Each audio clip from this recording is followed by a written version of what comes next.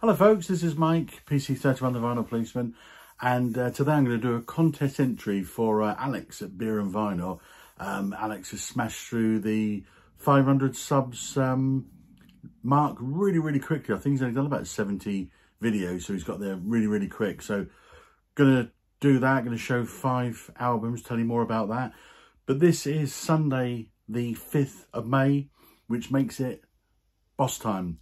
Tonight, going to see Bruce Springsteen in Cardiff. It's the first night of his European tour, so really excited. So I'm going to do this video, then jump in the car, and we're going to have to see the boss. Before I do Alex's video, I just want to do a quick shout out for Berwickshire Mike, who sent me some fantastic VCLT. I've been so lucky kind of this last year with VCLT. I've had some fabulous stuff. And Mike has sent me some brilliant stuff, and he's done it again. Berwickshire Mike.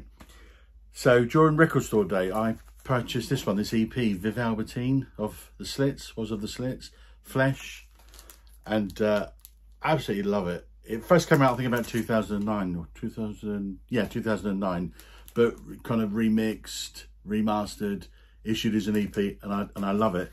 So basically, I was eulogizing over that with a couple of videos ago, and out of the blue, Mike very kindly sent me this, a double album, the only solo album from Viv Albertine, Vermilion Border. And what a fantastic album. This came out in 2012. Double album, glorious red vinyl, kind of a splatter actually. It's kind of almost a two-tone red to it. Hopefully you can see it there. Just get it out, it's so gorgeous. Yeah, there you can see. Really lovely. So 2 pieces of vinyl like that. This record, as I say, came out in 2012. Mike actually was involved in a crowdfunding to actually get this album out, so I didn't appreciate that, and what a fantastic thing to do. But this is such a good album.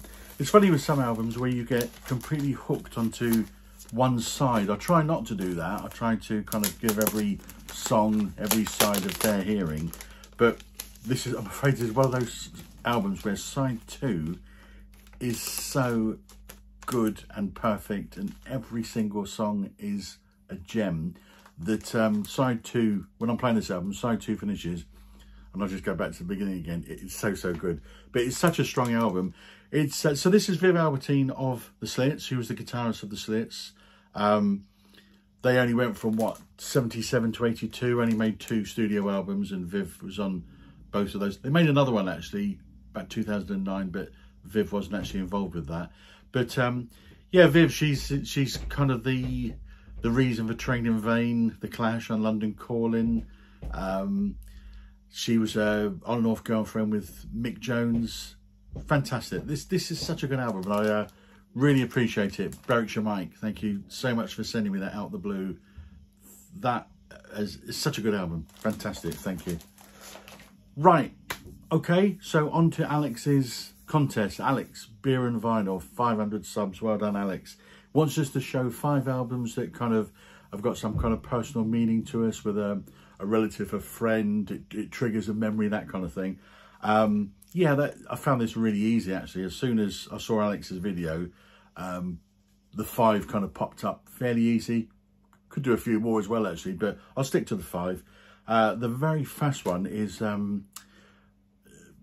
my dear dad absolutely loved music. He was a singer.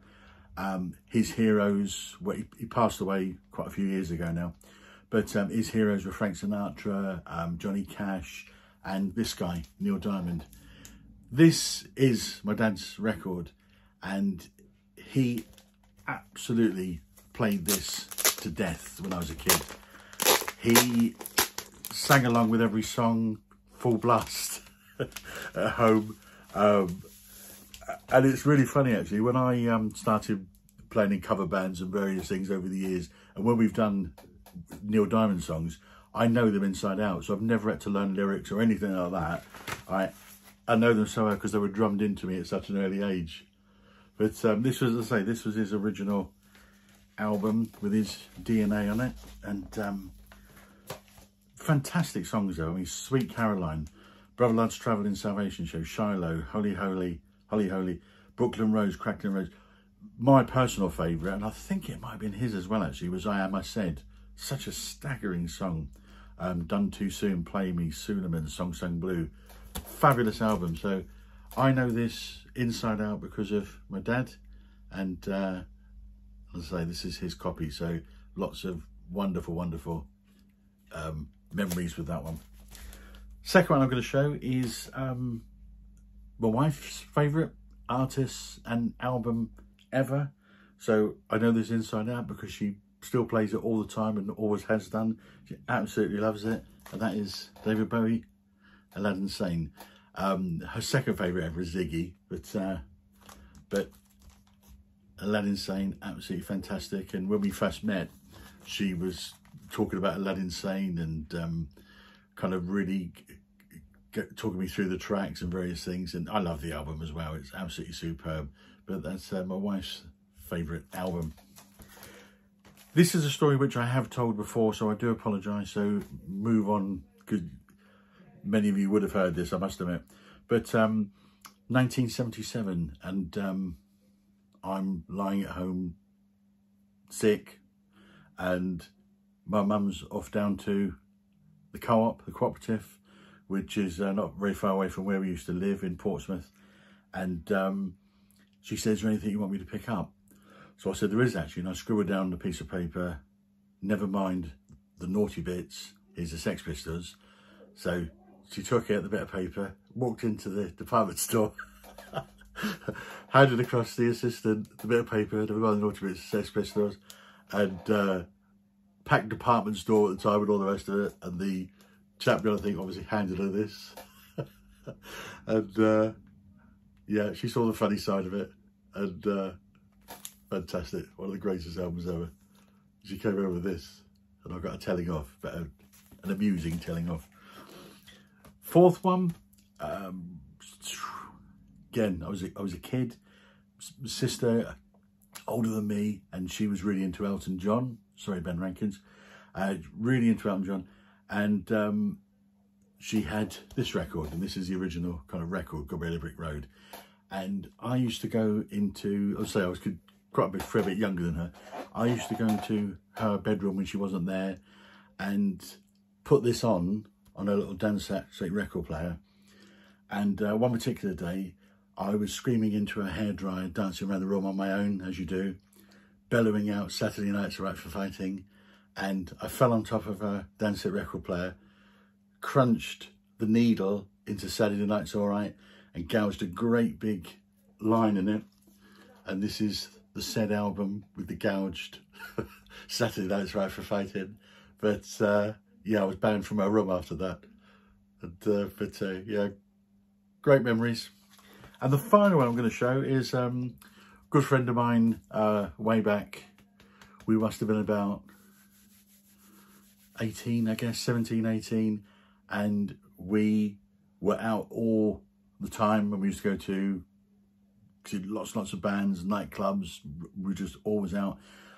He had a flat, an apartment at the time, a flat in Southsea in Portsmouth, and most of the time the evening would end up back at his place, worse for wear considerably, lying on the floor listening to records, crashed out, sometimes with company.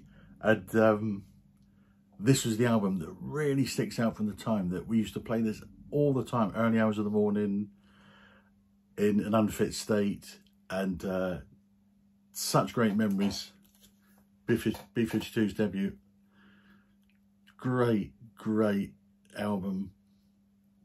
Just a fantastic album. Many happy memories on the Ireland label there. And so that's my 5 records. Could have shown more, as I say, but those are the 5 big ones which come immediately to mind when Alex posed the contest. So well done, Alex, on the 500. So jump on this, folks, because I think it's a really good idea. We've all got those kind of memories, and it's good to share them. So onward and up with Alex to the big 1,000. Won't take you long. Okay, folks, that's it. Off to Bruce.